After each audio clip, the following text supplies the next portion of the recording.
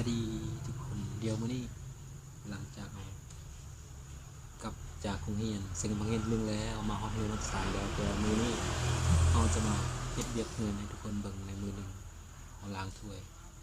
นึ่งข้าวแต่งกินว่าสิเป็นบ่ไปเบิ่งพร้อมกันเลยล้างถ้วยให้ทุกคนเบิ่ง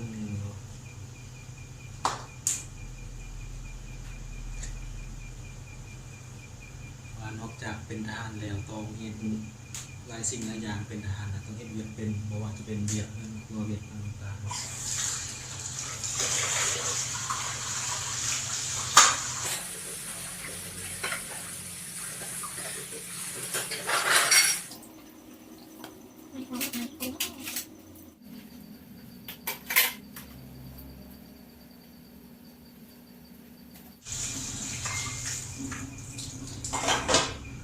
เรียบร้อยอย่างง่ายๆเนาะ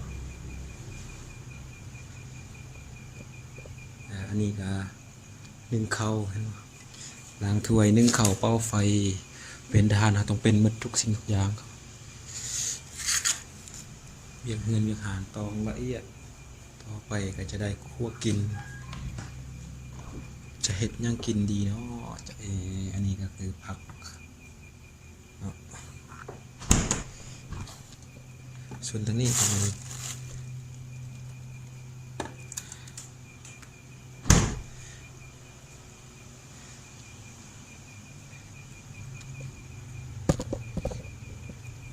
เดี๋ยวเขาจบคลิป